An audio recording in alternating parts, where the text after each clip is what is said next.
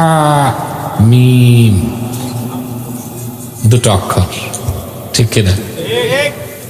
কোরআন কারীমের তাফসীরের ভাষায় বলা হয় এগুলোকে হুরুফুল মুকাত্তাআত।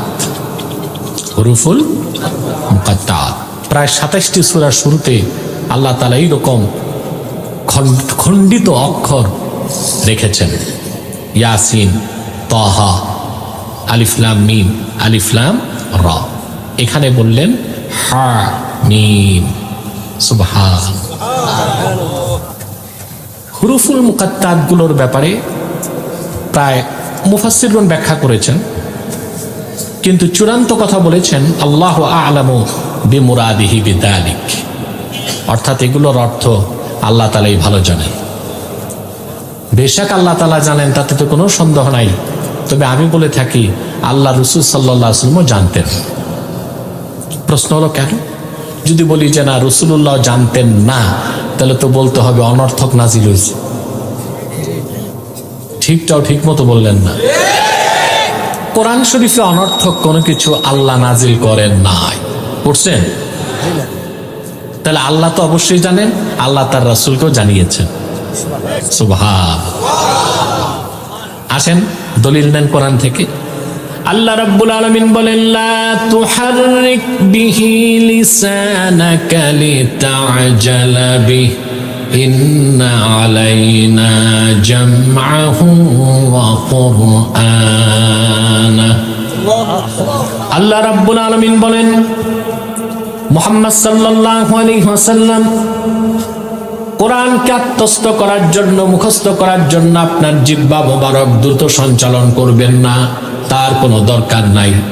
কোরআনকে আপনার সিনায় জমা করে দেবার দায়িত্ব আমি আল্লাহর। فَإِذَا قَرَأْنَاهُ فَاتَّبِعْ قُرْآنَهُ ثُمَّ إِنَّ عَلَيْنَا بَيَانَهُ। বরং যখন আমি কোরআন নাজিল করব, আপনি শুধু তা শুনবেন। কোরআনকে কোরআন হিসেবে আপনার সিনায় জমা করার দায়িত্ব আমি আল্লাহ, এবং প্রতিটি অক্ষর ব্যাখ্যা করে দেবার দায়িত্ব আমি আল্লাহ। তাহলে কোরআন কারীমের শুরু থেকে শেষ পর্যন্ত সবই আল্লাহ তার হাবিবকে ব্যাখ্যা করে বুঝাই দিলেন, শুধু হুরুফুল মুকাত্তাআত গুলো বাদ নাকি? তাহলে অবশ্যই আল্লাহ রাসূল সাল্লাল্লাহু আলাইহি সাল্লাম হুরুফুল মুকাত্তাআতের অর্থ কি তা জানতেন। তবে এ ছিল আশেক মাশুকের এমন কিছু কথা যা উম্মতকে জানার প্রয়োজন না। হযরত ইমাম বাইজাবি রাহমাতুল্লাহ একটা ব্যাখ্যা করছেন হুরুফুল মুকাত্তাআতের, আলিফ লাম মিম, আলিফ লাম রা, হা মিম এগুলো। তিনি বলেন তাহাদ্দাল্লাহু সুবহানাহু ওয়া তাআলা বিহুরুফিল মুকাত্তাআত বিকুফারি কুরাইশ। আল্লাহ তাআলা এই অক্ষরগুলো দিয়ে কুরাইশদের, কাফেরদের সাথে চ্যালেঞ্জ করেছেন যে কোরআন এটা কালামুল্লাহ। সুবহানাল্লাহ। কিভাবে? ব্যাখ্যা না দিলে তা বুঝবেন না। আল্লাহর হাবিব নূর নবী মুহাম্মদ সাল্লাল্লাহু আলাইহি ওয়াসাল্লামের খেদমতে আল্লাহর হাবিবের নূরের জবান থেকে যারাই কোরআন শুনতো, তারাই মস্তক নত করে দিত। সুবহানাল্লাহ বলবেন।